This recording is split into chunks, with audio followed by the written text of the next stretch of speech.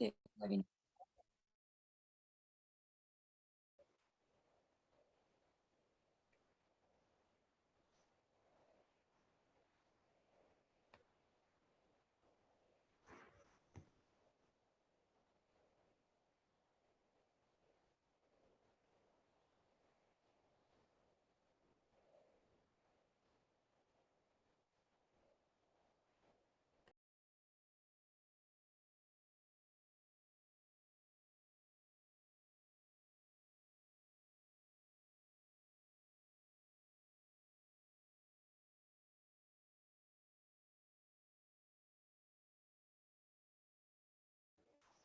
Muy buenos días a todas y a todos. Nos complace muchísimo tenerlos en este evento. Vamos a esperar un minuto más. Vemos que la gente se está uniendo. Muchísimas gracias. Qué gusto tenerlos aquí. Muy buenos días.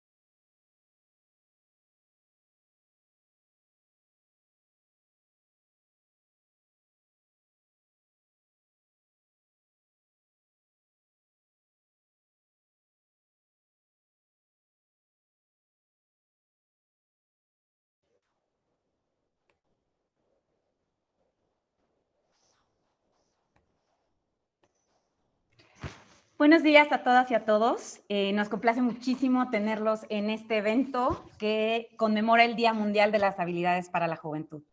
Estamos a punto de empezar, entonces, si les parece muy bien, vamos a encender las cámaras de los panelistas para poder dar la bienvenida.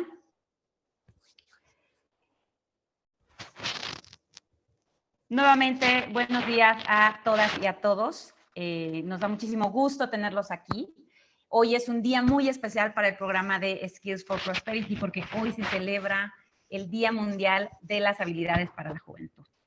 Este día, que fue declarado desde el 2014 por la ONU, nos permite reflexionar dónde estamos y lo que debemos hacer para darle a los jóvenes de 15 a 29 años más herramientas para alcanzar la prosperidad. Mi nombre es Silvia Velasco, soy gerente del programa de Skills for Prosperity y les doy la más cordial bienvenida. Desde la Embajada Británica y el programa de Skills for Prosperity, creemos que este día es de suma importancia en un mundo donde 1 de cada 5 jóvenes no tiene ni empleo, ni educación o formación. En América Latina, esta cifra sobrepasa los 20 millones, donde el 60% son mujeres. Y es posible que esta cifra siga en aumento debido a la pandemia y su efecto negativo en el aprendizaje, la capacitación y el desempleo juvenil. Por esto, hemos reunido el día de hoy a expertos en la materia para dialogar cómo es posible reconstruir y mejorar las habilidades de la juventud mirando más allá del COVID-19. Hoy está con nosotros Jorge Barragán, de la Fundación Internacional para la Juventud, IYF, especialista en mercados laborales y fuerte aliado del programa Skills for Prosperity. También se encuentra Joaquín Herrera, de la Universidad de Quintana Roo. Él es profesor y especialista en formación docente. Se encuentra Andrea del Pozo, de la consultora Camino 21, experta en inclusión y justicia social en instituciones educativas. También está con nosotros Anthony Mann, de la Organización para la Cooperación y el Desarrollo Económico, la OCDE. Es analista senior enfocado en la orientación vocacional y transición escuela-empleo. Y también está Jonathan Ledger, del Departamento de Comercio Internacional del Reino Unido, asesor especializado en educación y formación técnica profesional. Muchísimas gracias a todas y a todos los panelistas y a la audiencia que hoy nos acompaña. También está presente aquí Martin Johnston, el consejero de prosperidad de la Embajada Británica, quien nos dará unas breves palabras de bienvenida para arrancar el evento. Go ahead, Martin, and thank you so much for being here. Good morning, everyone, and thank you very much, Sylvia. And thank you to everyone for coming. Gracias a todas y todos por venir hoy. We're here today to not only celebrate World Youth Skills Day and partake in an event that is happening all around the world, but also to think together about how we can improve the outlook for students entering the workforce. Equipping young people with skills they need for employment, for decent work, and for entrepreneurship can be transformational for them, their communities, and in fact, the entire country. Education is an important area of the work we focus on here at the Embassy in Mexico City. Our Skills for Prosperity program team, who brought us together today, are working specifically in the technical and vocational education space, ensuring that students leave school with the skills they need to get great jobs. This is complicated work to do and requires working with industry and academic institutions and making sure these systems are training students with high quality and relevant skills, and that access to learning is equitable for all Mexicans. The impact of the pandemic has been hard for everyone, but specifically for students who've had to adapt to new ways of learning.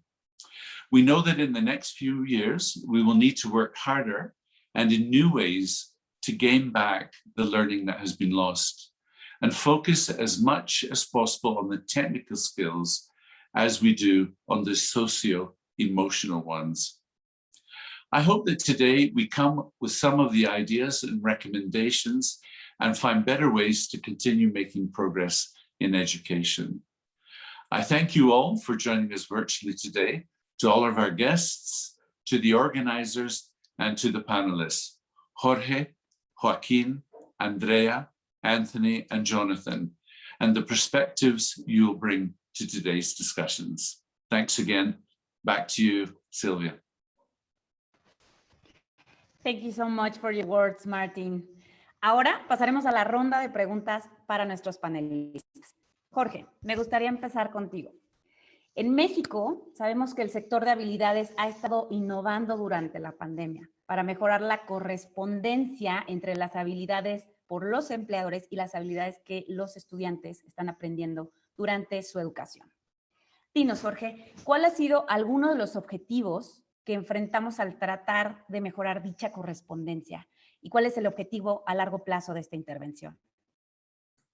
Con mucho gusto. Gracias, Silvia. Gracias al Fondo de la Prosperidad, al equipo de la Embajada y al programa de habilidades. El desempate o bien las brechas de habilidades están presentes en todos los países en diversos momentos de su desarrollo. Digamos que son una anomalía de los mercados laborales. Esto se debe fundamentalmente al diferencial de la velocidad de crecimiento con la que cambian dos engranes del sistema. Por un lado, la planta productiva que demanda habilidades y por otro lado, el sistema de desarrollo de habilidades que las ofrece. La diferencia estriba en que algunos países del mundo han aprendido a contener la brecha, mientras que en México y América Latina, estas brechas crecientes han generado costos negativos para todos. Ahora bien, entre las tendencias o imperativos de negocio más importantes que en la post-pandemia habrán incrementado aún más la velocidad de cambio del lado de la demanda, se pueden identificar las siguientes: la cuarta revolución industrial, el trabajo remoto, la eficiencia energética y los temas asociados a la ciberseguridad. Es preciso tomar en cuenta que en México y América Latina existen brechas cuantitativas y cualitativas que muchas veces convergen y se solapan.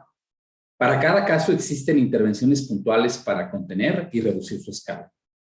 Para las brechas cuantitativas existen varios instrumentos que soportan con información o bien con incentivos las decisiones vocacionales de los jóvenes impulsándolos a programas que tienen mayor demanda. Para las cualitativas, los enfoques más prometedores pasan por poner el currículo debajo del microscopio para entender en qué dosis y a qué especificación se incorporan nuevos objetivos de aprendizaje que favorezcan el desarrollo de las habilidades que demanda la planta productiva. Si no están, deben incorporarse, pero si las habilidades están ahí, se deben desplegar otros instrumentos complementarios que favorezcan los enfoques pedagógicos y se aseguren de que se pongan en práctica a cabalidad en la práctica docente. Contener las brechas no es fácil porque al hacerlo, además del esfuerzo consubstancial, costos asociados a la identificación de habilidades, desarrollo curricular, capacitación docente, equipo, tecnología, existen otras barreras quizás más onerosas. Por un lado, los costos de acción colectiva, naturales al trabajo colaborativo entre dos mundos muy dispares.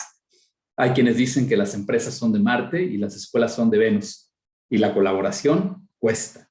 Y por otro lado, intereses creados, particularmente en forma de reglas no formales, de los diversos grupos que operan al interior de las organizaciones educativas, que prefieren servir sus propios intereses antes que servir a los jóvenes que deben servir.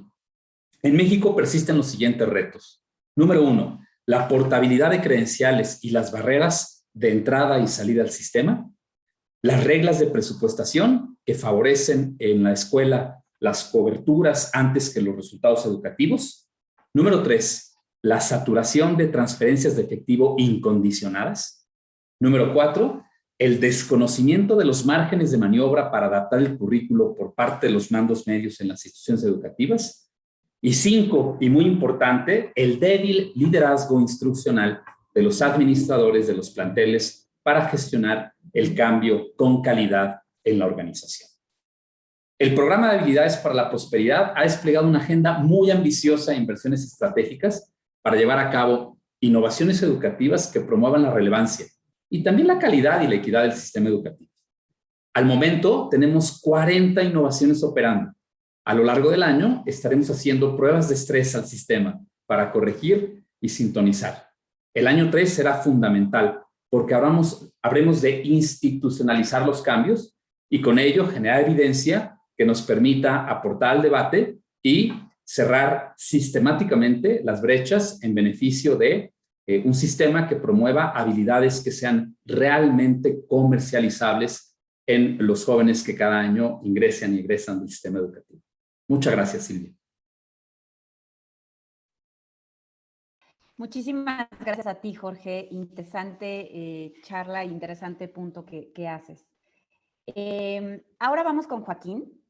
Joaquín, la pandemia ha digitalizado al 100% la experiencia de enseñanza y aprendizaje casi de la noche a la mañana, cambiando las habilidades que los estudiantes necesitan a su regreso, pero también las que sus maestros necesitan.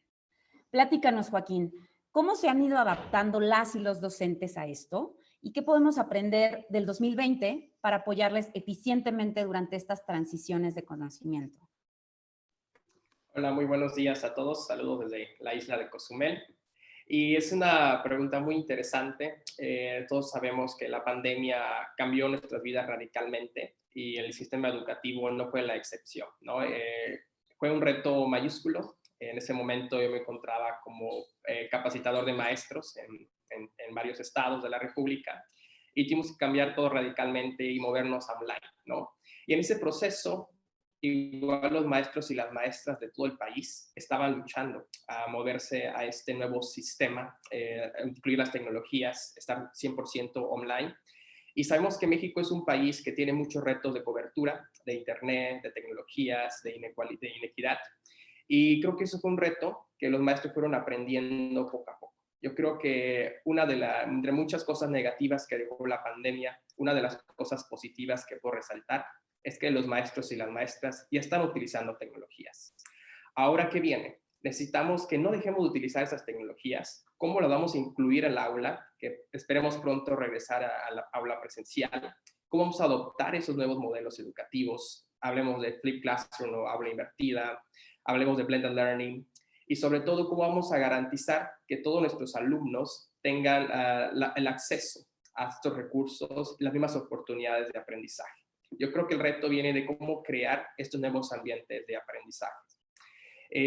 Reconocemos que han habido muchos esfuerzos en los últimos años por hablar de las habilidades del siglo XXI, que es un tema muy importante, que hace unos años se ganó relevancia, y todos los temas educativos del mundo, incluyendo a México, se han esforzado en incluir estas habilidades en la currícula. Hemos visto varias reformas educativas en los últimos años que incluyen estas habilidades.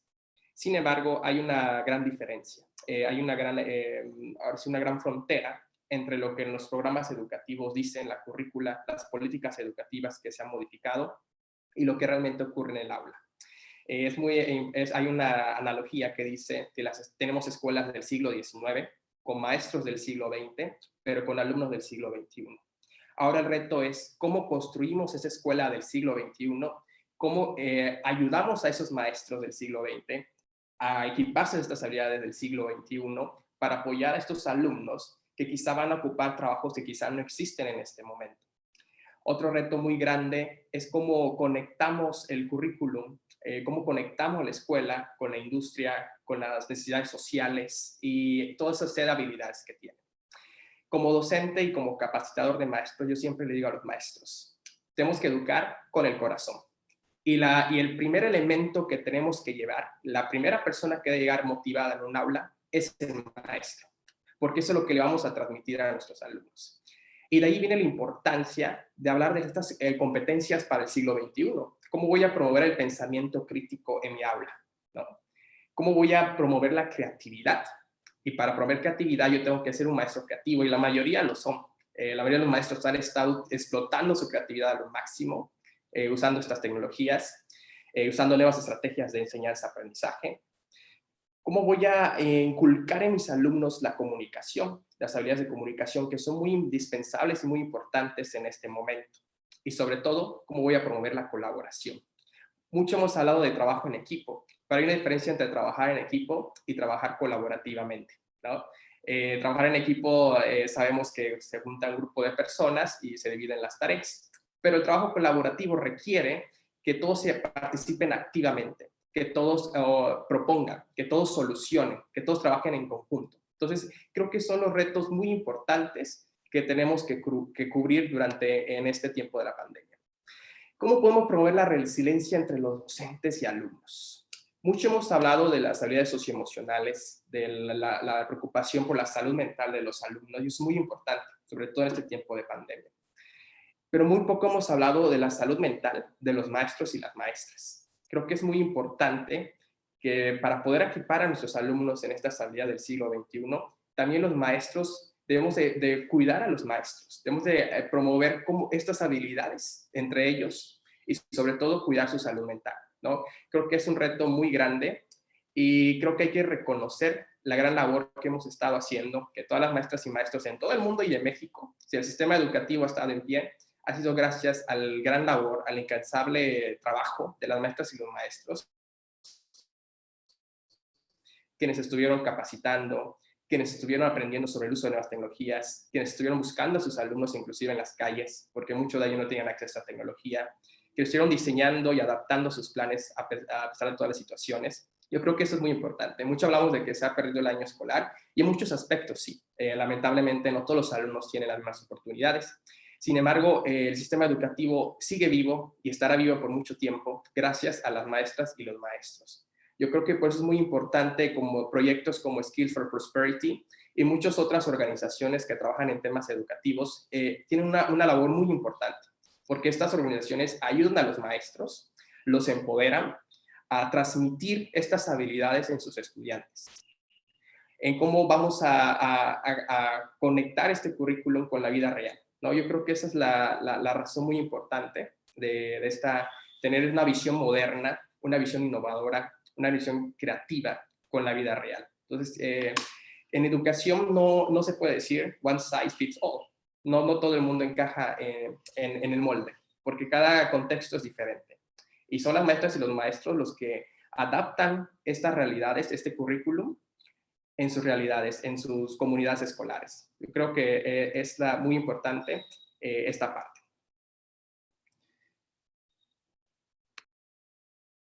Muchísimas gracias, Joaquín. Sin duda lo que mencionas es muy relevante. Muchísimas gracias a todos los docentes y las docentes que aquí nos acompañan por su ardua labor, haciendo eco en el comentario de Joaquín. La siguiente pregunta ahora es para Andrea. ¿Se han propuesto soluciones para abordar los desafíos actuales en el sector y la educación? Muchas son externas al gobierno, vienen de empresas sociales, del sector privado, de la sociedad civil. Y sabemos que la colaboración entre países, regiones y sectores es sin duda una pieza fundamental para mejorar el panorama. Andrea, cuéntanos qué tipo de colaboraciones debemos reforzar para aprovechar las fortalezas que los diferentes actores aportan al ecosistema de habilidades.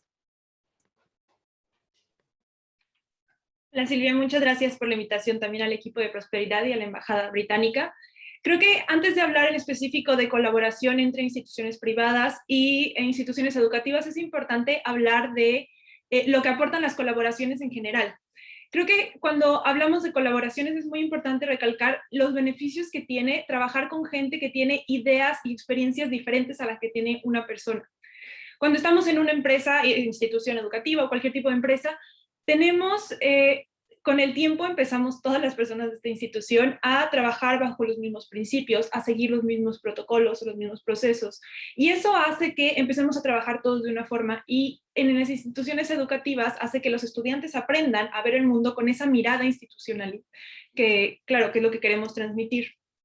Cuando traemos una empresa externa o una institución externa, no tiene que ser empresa, abrimos oportunidades para el diálogo y para que personas que tienen diferentes formas de ver los problemas y las soluciones puedan colaborar y formar algo que sea más grande de lo que podrían hacer de forma individual. ¿A qué me refiero con esto? Cuando trabajamos con empresas o con actores externos, aparte de las habilidades que desarrollan los estudiantes, que sin duda son muy importantes, también les permitimos entender cosas que la institución sola no puede hacer. Quiero poner dos ejemplos de esto. Un ejemplo sería, por ejemplo, un grupo de escuelas que se dio cuenta que necesitaba tener, que muchos de sus estudiantes tenían familiares con cáncer. Entonces buscaron colaborar con una institución, un hospital de cancerología, y lo que hicieron fue un currículum donde pudieran los profesores hablar sobre cáncer con la experiencia de los profesionales de la salud y los profesores. Juntos hicieron este currículum para explicar qué es el cáncer a niños de diferentes edades. Y también crearon recursos para los profesores para saber cómo hablar de cáncer en el salón de clases, qué hacer si un niño tiene un familiar con cáncer, etc. Entonces, como podemos ver en este ejemplo, lo que aporta la colaboración es mucho más que solamente las habilidades que los niños van a adquirir de conocer qué es el cáncer, que sin duda esas habilidades son esenciales. Pero lo que podrían hacer las escuelas por un lado y lo que podría hacer el hospital de forma independiente no son igual que lo que pueden hacer juntos. Las escuelas no podrían generar este currículum, no importa cuánto tiempo se tomaran los profesores por aprender del cáncer, no iban a tener lo mismo que tienen los profesionales de la salud. Y de la misma forma el hospital no tendría el alcance que tendría o que tuvo sin colaborar con las escuelas. Entonces, estas colaboraciones abren puertas para hacer cosas que son mucho más grandes de lo que se puede hacer de forma independiente. Cuando hablamos de instituciones privadas, quiero poner el ejemplo de Camino 21. Nosotros somos una empresa consultora que hacemos programas de desarrollo profesional docente en instituciones de educación superior.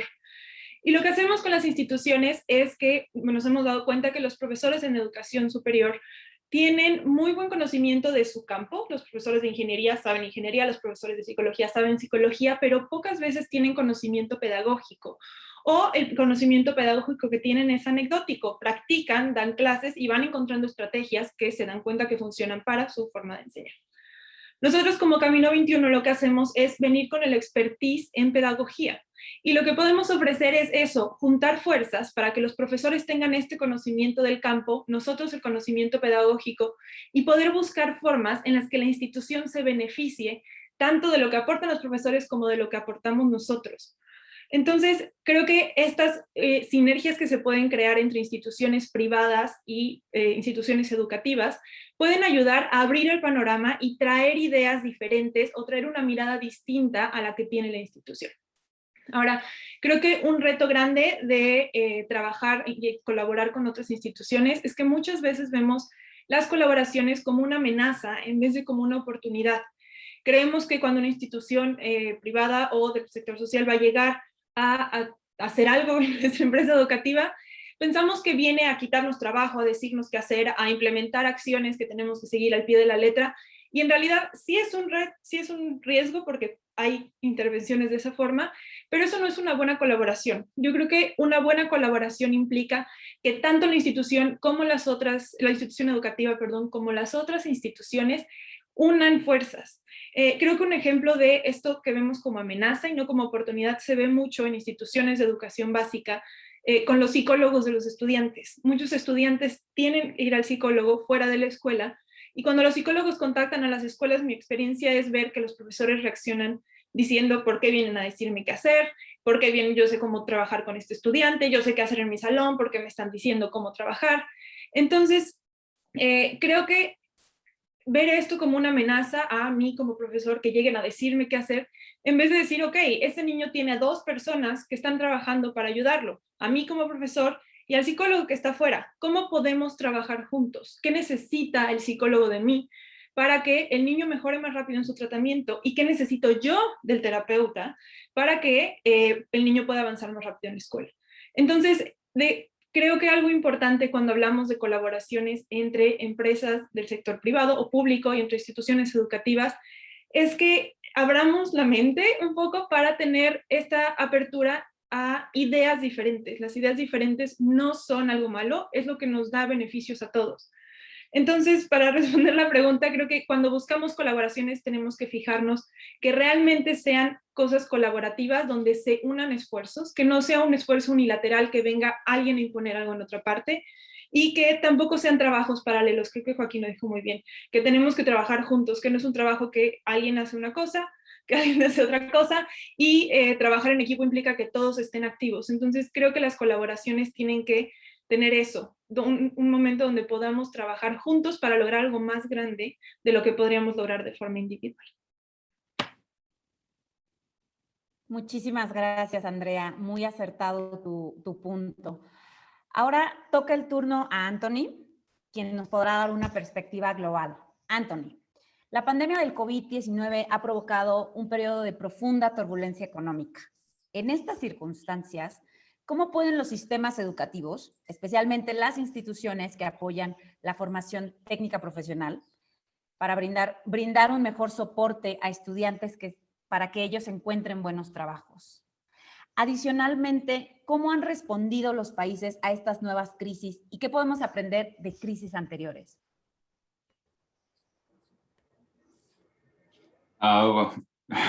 Muchas gracias and buenos días a todos. Voy a hablar en inglés porque es demasiado difícil hablar en español. Alors, so I work for the OECD, international organization, which Mexico is a member, and I focus on 2 things. Most recently, I've looked at the career readiness of young people and how well they're placed to be able to access employment. But also, I've spent a lot of time working in vocational education and training. I want to talk about both of those things in the few minutes that I have. And I should just say that, for the OECD, there's a lot of concern that as we come out of the healthcare crisis, we're going to face an employment crisis, particularly for young people. And if you look at young people, I think we can see that never before have they been so sort of highly qualified as a group. They've been more ambitious, but we find them still struggling to find work, good work, even before the pandemic. And in any economic crisis, it's nearly always young people who kind of suffer the most. And we see sort of like a disjuncture between the education system and the employment system. And that's in many ways getting worse because employment, the world of work, is becoming more complex. Technology is changing now, the pandemic is changing things. And for young people, as they seek to prepare themselves for that workplace, it's getting harder for them to really understand what's needed, what's beneficial to them as they try and prepare themselves for work. Now, a key solution to all of this relates to career guidance. And I think it's important to say some new things about career guidance. In our work where we survey 15-year-olds around the world, we find that very often career ambitions are very narrow. In Mexico, 60% of teenagers say they're going to work in one of 10 jobs by the time they're 30, often confused. We find that a quarter of young Mexicans don't know what sort of job they're going to get or what sort of job they'll be working in by the time they're 30, and often distorted by sort of social background, by gender, and so on. And partly in response to this and kind of like a realization that career guidance really does make a difference. Today, for World Youth Skills Day, the OECD and 5 other international organizations, including the European Commission, the International Labour Organization, UNESCO, we've done something which is very unusual. We've issued a joint leaflet, a joint statement, calling for investment in career guidance as part of the solution, you know, kind of to the as key element within the recovery plans which we want to see. Now, within that career guidance, we really stress employer engagement. We think that is so important, but also something new and useful to what schools can do on their own. It builds understanding, it broadens aspirations, it develops contacts, and, you know, gives young people experience which they can use when they're actually applying for jobs. Now, all this relates also to vocational education and training, and in that area, it's been really difficult to maintain work-based learning, you know, during the pandemic, but that should be a critical priority for governance and education systems going forward. It's in the work-based learning that young people get something which is really special in terms of their education. And if we look at Germany and Switzerland, where we have 2 of the strongest vocational education systems in the world, we find there that youth unemployment isn't sort of like increasing rapidly. And compared to older people, you know, younger people have relatively low sort of like unemployment rates. And many, many young people in those systems go to vocational education. I think the secret of it is, why it works so well, is that for employers, you know, the balance of costs and benefits and becoming involved in offering an apprenticeship are balanced out. So there's no sort of like artificial incentive for them to make sure that they, to offer an apprenticeship. There's no skilled employment at the end. And also we can see that in periods of economic turbulence, of disruption, that the offer of apprenticeships will change, it'll be different. That, you know, employers who are expanding, who see the need for work, who feel on and there'll be a benefit to them over the duration of the apprenticeship, you know, they're incentivized to carry on recruiting. Other employers who, you know, are in a different situation are less likely to invest in apprenticeship. And in such a flexible system, we find that, you know, the promise of skilled employment is still there. And I think what really drives that is this social model of governance, you know, for vocational education, where we have representatives of the learner and representatives of the employer sat around the table designing systems which work for young people, give them the promise of skilled employment, but also work for the employer.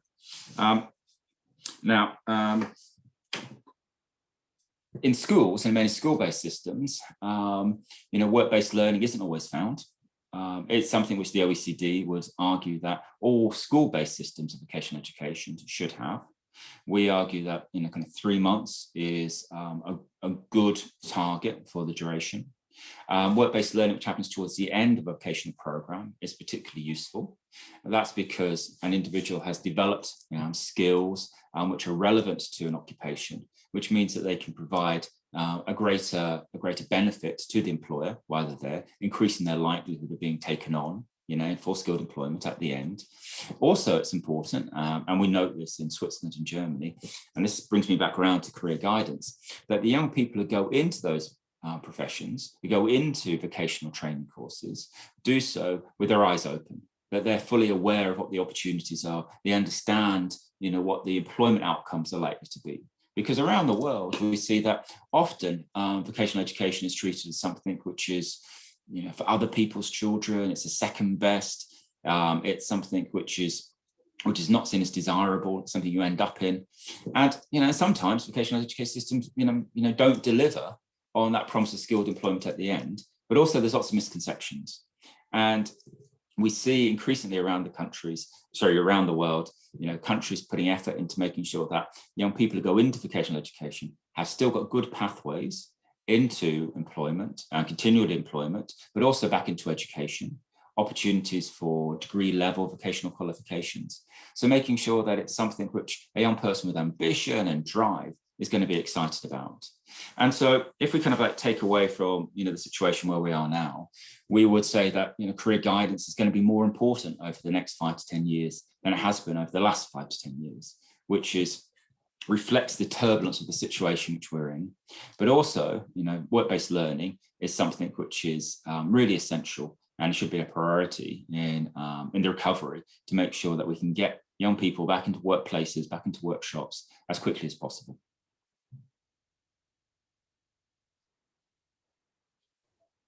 Thank you so much, Anthony. What an amazing point on career guidance. Now we are moving to Jonathan. Jonathan, el Día de las Habilidades para la Juventud es un momento para celebrar el potencial que tienen todos los jóvenes en el mundo y para enfatizar la importancia de ponerlos adelante. Si nosotros como región, como país y como comunidad global invertimos plenamente en el desarrollo de las habilidades de los jóvenes, incluyendo a la guía vocacional, ¿qué lograríamos juntos? Jonathan, ¿cuál es el potencial de unir esfuerzos?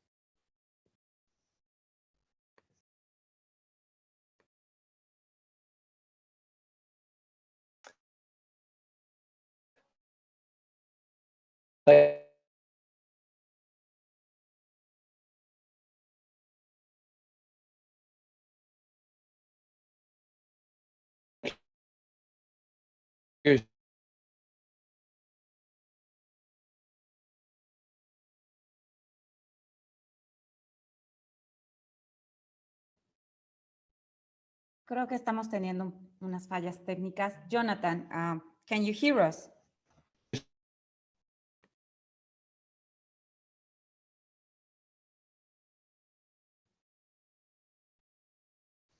Jonathan, can you hear us?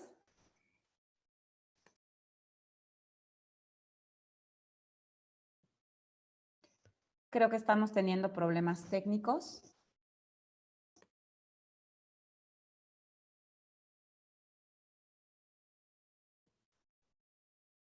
Okay, Jonathan, there he is. Creo que ya tenemos a Jonathan de regreso. Hi, Jonathan, do you hear us?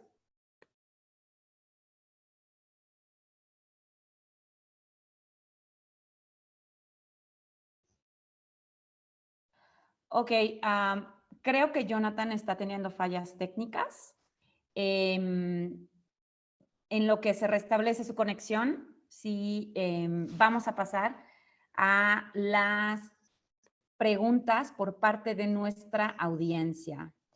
Creo que todas las aportaciones que han hecho los panelistas han sido de suma importancia, todas en sus diferentes variables, pero es interesante también saber qué opina la audiencia aquí. Tenemos una pregunta por parte de Adriana. Adriana nos pregunta, ¿cómo podemos desarrollar y explotar los talentos de los individuos para poder potenciarlos, especialmente en la juventud que vive bajo condiciones de vulnerabilidad? Adriana también hace un punto sobre los estudiantes que pueden acceder a escuelas privadas, que pueden tener mayor ventaja en ciertas áreas, y cómo podemos lograr esto, una mayor accesibilidad, equidad, para poder explotar las habilidades de los estudiantes que no están en estas condiciones, cuando sabemos que hay un reto aún más grande en México porque tenemos un límite de capacidad. Abro el micrófono. Jonathan, do you hear us? Yeah, I could hear you before. I could see you all moving, so I don't know. It was just you couldn't see me, I don't think, but I was definitely there. Ok. Una disculpa, hubo una falla técnica, pero ahora vamos a regresar con Jonathan, con su intervención, y de ahí brincamos otra vez al Q&A. Jonathan, the floor is yours. Thank you so much indeed. Very good afternoon, honoured guests and esteemed colleagues. It is a real pleasure to be with you here this afternoon and to share, or this morning in Mexico, of course, and to share some of the experience that we have in harnessing the real power of high quality technical and vocational education and training, particularly as we are post-COVID or grappling with COVID in some places, and as we need to unleash the real potential of a new digital era, particularly in vocational training. And it's also my privilege to be able to share some of the global expertise of the UK's methodology around vocational training. Having the oldest documented TVET system in the world has led us to develop really robust careers, information, advice and guidance from 8 years old, and a system where employers, learners and training providers drive the heart of the system. Finding new innovative ways to create a skilled and flexible workforce has been a challenge for the UK and many other countries. To the present day's rapid onslaught of Industry 4, where cyber systems operating through virtual processes and cloud, we once thought the of gas and water, utilize better connected information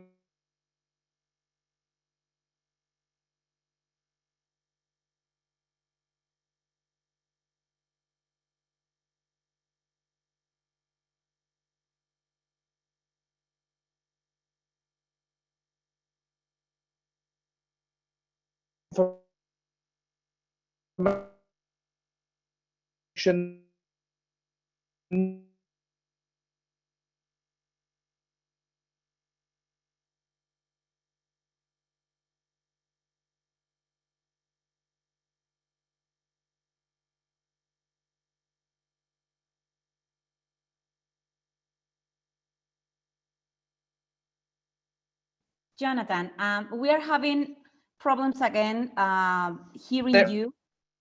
Can you turn off your camera? Perhaps it will be easier to hear you. Thank you so much. Jonathan, can you hear us?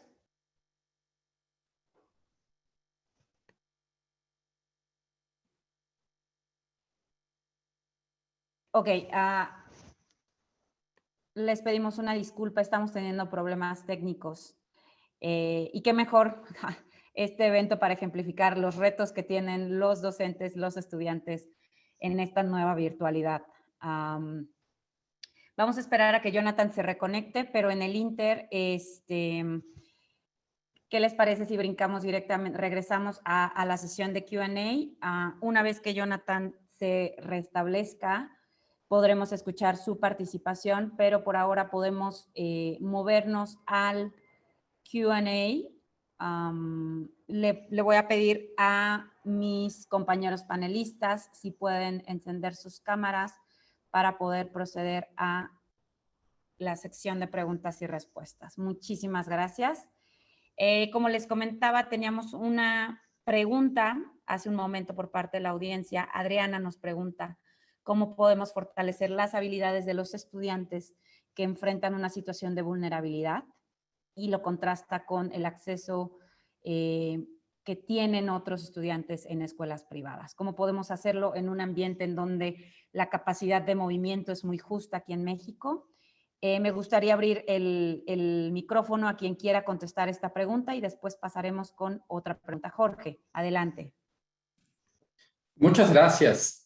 Muchas gracias por la pregunta. Y quiero referirme a una parte específica en términos de esta idea que se genera alrededor de que no hay suficiente margen de maniobra para realizar cambios.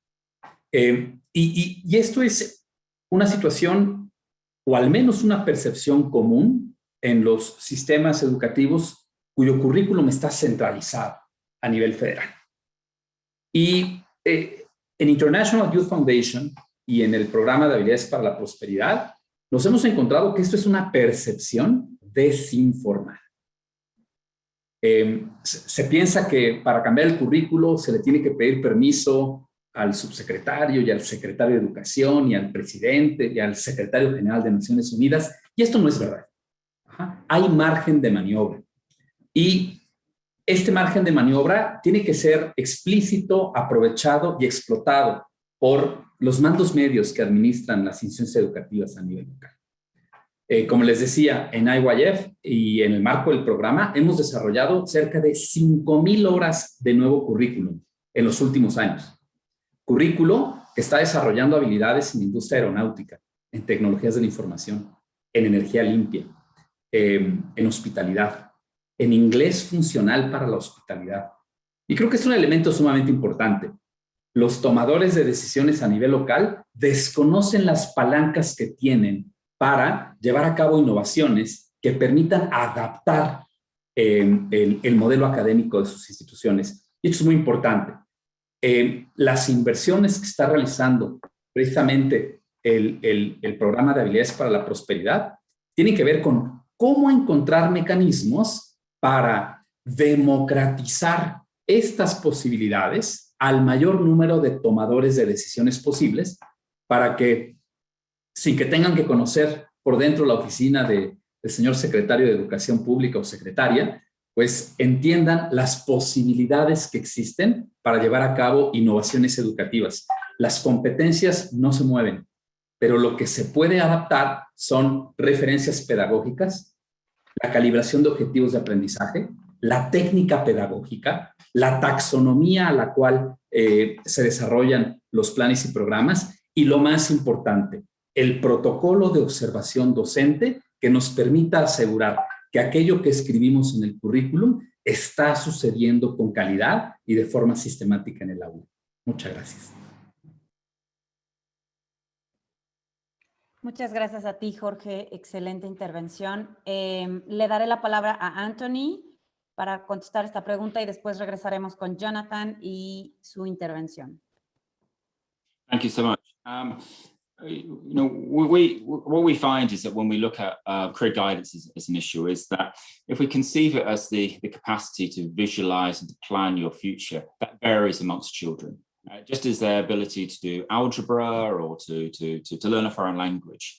And that's not always related to social and economic background, but it often is. And so in Mexico, for example, I could tell you that 30% of young people who are the lowest performers in Mexican schools are uncertain about their career aspirations. 32% of low-performing boys are much higher than the average, about 25%.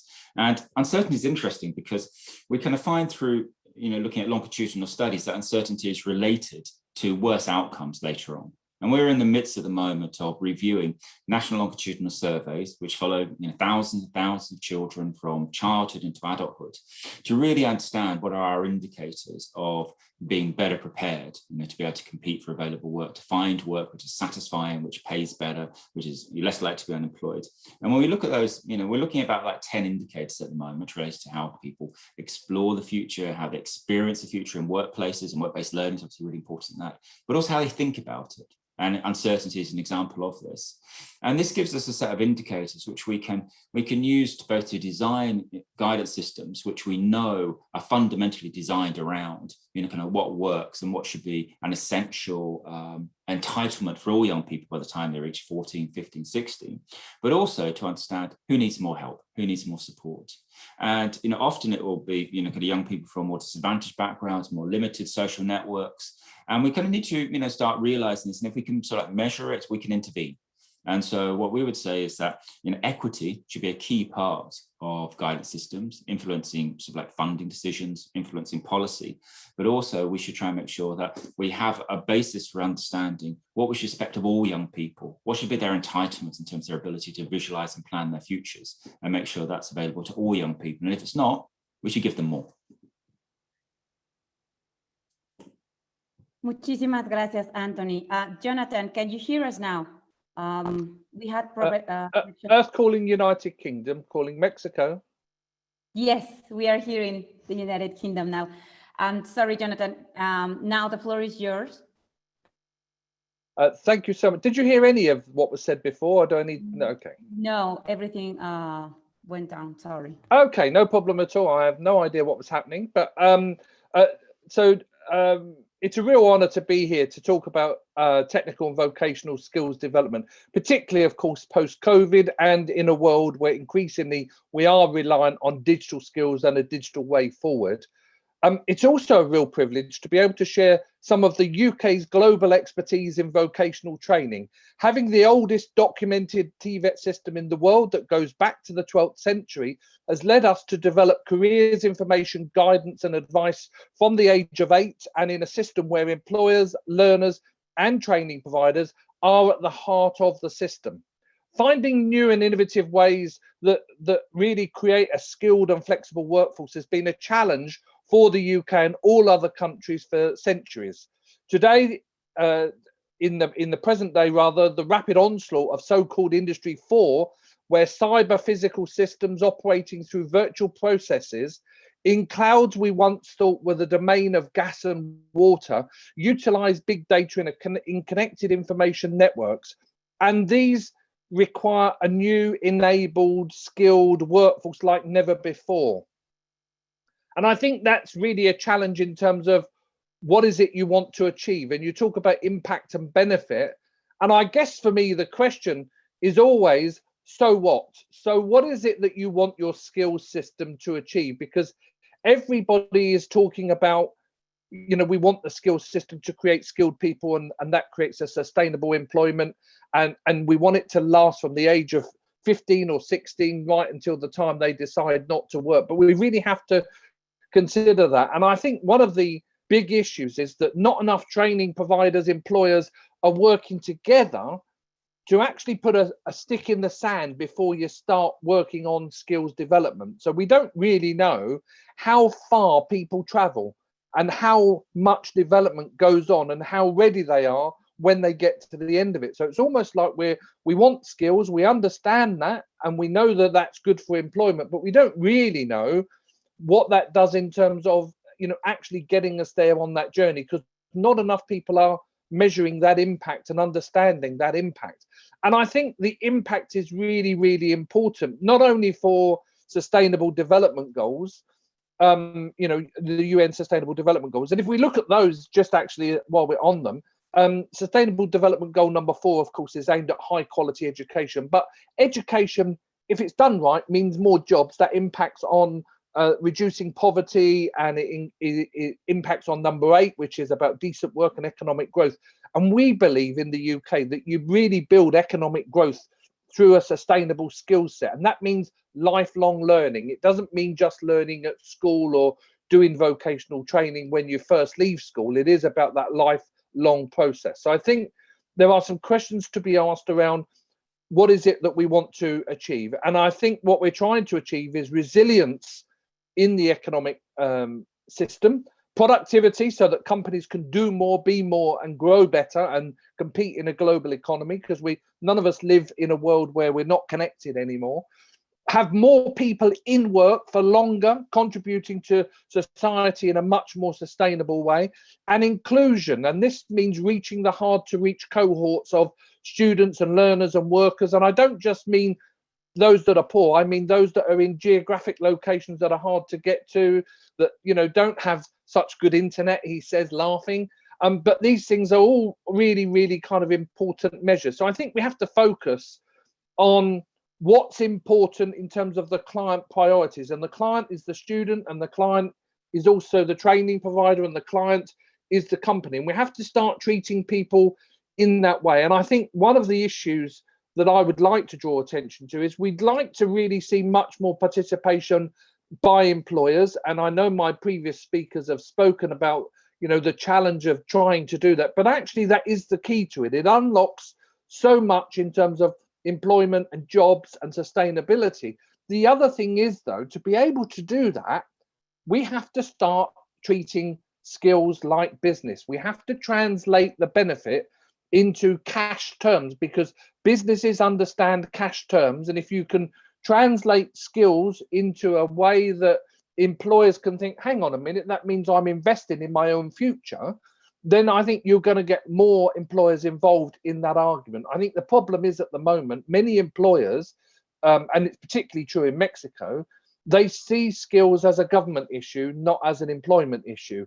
And that in itself is a really strange mentality that we need to fix. And you can't fix it overnight. Jorge, you mentioned about the parity of esteem, I think, of qualifications. And most people think that vocational education is second best. And I'm afraid I firmly believe that, you know, most jobs in the world do not need academic qualifications. They do not need clever certificates called degrees. We need to stop funding higher education and start putting that investment into real, you know, frontline technical and vocational education and training. And the problem is, governments, they treat it as a second best thing. And all the jobs in governments are all for academics. They're not for vocational programs. So I'd like to see a lot more vocational students offered these high level jobs, because they can, you know, you could do an apprenticeship, you know, to become a diplomat. Why not? Why not? It's about opening up those opportunities. Training providers as well need to be much more astute in terms of the way that they deliver. And if you have teachers that have not been back to the workforce in the last 12 months, then you need to take them off the classes and you need to take them back to the employment, and they need to go and do some time in industry so that they get up to date with the skills, because far too many teachers are way behind the curve in terms of their own knowledge of what a job is. And I think that's really important.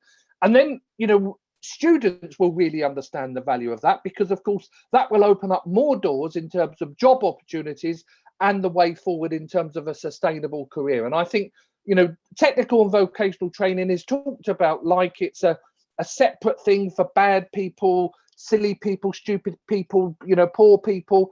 And it's not, it's for everybody, you know. And look, I have 2 degrees and a postgraduate, and I make it my business never, ever to step inside a university. I'm frightened I'll get struck by lightning, because I do not believe that academic routes are the way to go in most jobs.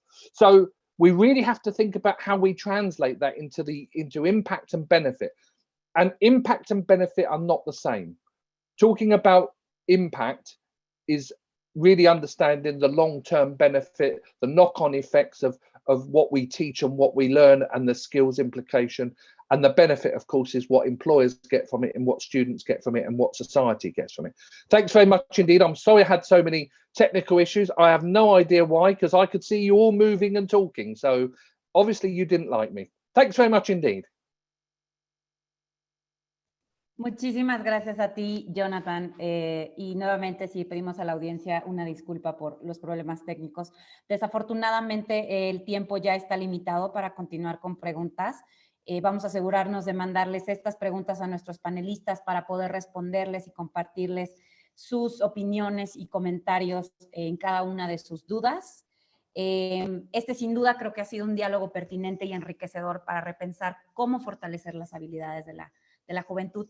Y para cerrar, me gustaría hacer una última pregunta muy breve y concisa a todos los panelistas. Me gustaría saber para cada uno de ustedes cuáles consideran son las variables prioritarias, si lo pueden limitar a 3 variables, a considerar para mejorar el rumbo del ecosistema de habilidades para la juventud en un futuro post-pandemia. 3 variables, muy rápidamente. ¿Quién quiere empezar? Gracias, muy rápido. En el futuro, yo veo que el asiento del piloto en la estrategia de desarrollo de habilidades lo tiene que ocupar cada vez más el sector privado. Número 2, no podemos darnos el lujo de tener conversaciones a nivel nacional y para todos los sectores. El futuro necesita una especificación sectorial y regional. Número 3, dejemos de estar impulsando grandes reformas a los sistemas y adoptemos enfoques de abajo hacia arriba, desde el aula, consiguiendo la evidencia necesaria para reducir los costos asociados a la transformación. Muchas gracias. Muchas gracias, Jorge. Joaquín, ¿quieres seguir tú? Sí, claro que sí. Bueno, creo que necesitamos crear programas integrales en el currículo y capacitación docente que se base en las necesidades del siglo XXI. ¿Cuál es el ciudadano que requerimos en este siglo? Contextualizándolo a las regiones, a las diversas regiones del país. Crear políticas públicas que faciliten la práctica pedagógica en el aula. Como menciona Jorge, tenemos que ir de abajo para arriba. Empoderar y revalorizar al magisterio y equiparlos con estas habilidades que ellos necesitamos que ellos enseñen en las aulas. Y conectar con el currículo que lo mencioné con todos los aspectos sociales, económicos y una visión global, no solo nacional o regional. Básicamente, y sobre todo, promover la horizontalidad en el currículo. Creo que es algo muy importante para equiparnos a futuros ciudadanos que queremos formar con las habilidades del siglo XXI. Gracias. Gracias, Joaquín. Andrea. Gracias. Creo que yo voy a contradecir un poco a Jorge. Yo creo que en el futuro el asiento del piloto es de los estudiantes. Creo que muchas veces nos enfocamos en qué necesita el sector privado y no qué buscan los jóvenes. Creo que a la educación le hace falta que los estudiantes tengan un sentido de ¿para qué estoy haciendo esto? Salen preparados para un mundo que no nos gusta. Y creo que es importante poder también darle a los estudiantes un poco el mando para que ellos digan hacia dónde quieren ir, qué es lo que buscan, qué es lo que quieren, y que tengan las herramientas para cambiar el mundo en el sentido en el que ellos quieran o en el que creamos que es lo adecuado. Creo que otro de los principios importantes es pensar en crecimiento social, no individual, no pensar en qué puedo hacer para que cada uno de mis estudiantes salga adelante, sino que lo que hagan mis estudiantes tenga un impacto en el mundo y así podamos avanzar. Y creo que todo esto se tiene que lograr basándonos mucho en empatía y en entender justamente que las habilidades de los estudiantes van mucho más allá de lo que podemos lograr de forma individual. Muchas gracias, Andrea. Anthony.